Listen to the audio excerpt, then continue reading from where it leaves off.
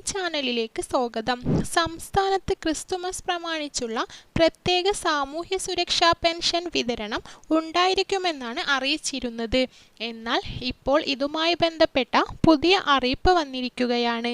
ഇതേക്കുറിച്ചുള്ള കൂടുതൽ വിവരങ്ങളാണ് നിങ്ങളുമായി ഷെയർ ചെയ്യുന്നത്. ചാനൽ ആദ്യമായി കാണുന്നവരാണെങ്കിൽ സബ്സ്ക്രൈബ് ചെയ്യുക.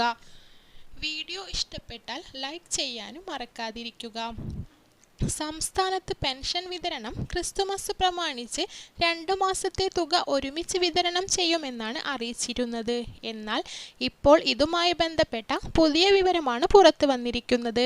അടുത്ത ആഴ്ചയിൽ നമുക്ക് പെൻഷൻ ലഭിക്കുന്ന രൂപത്തിലാണ് പെൻഷൻ ക്രമീകരണങ്ങൾ ചെയ്തിട്ടുള്ളത്. എന്നാൽ ആദ്യ ഗഡു 1600 രൂപയാണ് വിതരണം ചെയ്യുക. മുന്നേ 3200 രൂപ ആയിരിക്കും വിതരണം ചെയ്യുന്നത് എന്ന അറിയിപ്പുണ്ടായിരുന്നു.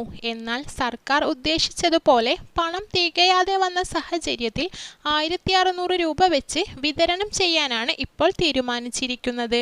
3200 രൂപ വെച്ച് നൽകുന്നതിനായി സർക്കാരിൻ്റെ ഭാഗത്തു നിന്നും എല്ലാ തരത്തിലും പരിശ്രമങ്ങൾ നടത്തിയിരുന്നു.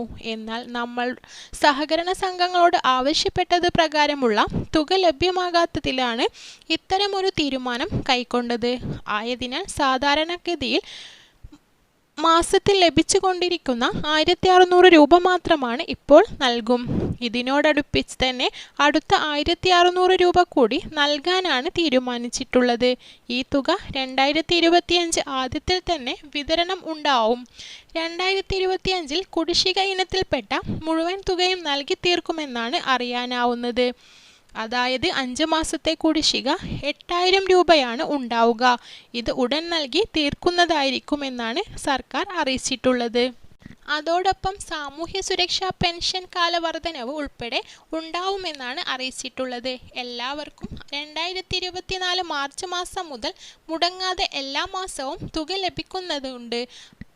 നവംബർ മാസം 6-ാം തീയതിയാണ് അവസാനമായി തുക ലഭിച്ചത്. എന്നാൽ ഇത് നവംബർ മാസത്തെ ഗഡു ആയിരുന്നില്ല.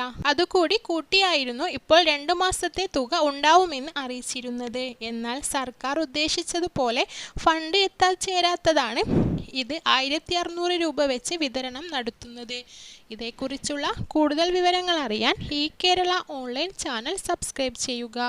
ഈ വിവരം മറ്റുള്ളവരിലേക്ക് എത്തിക്കാൻ ചാനൽ ഷെയർ കൂടി ചെയ്യുക.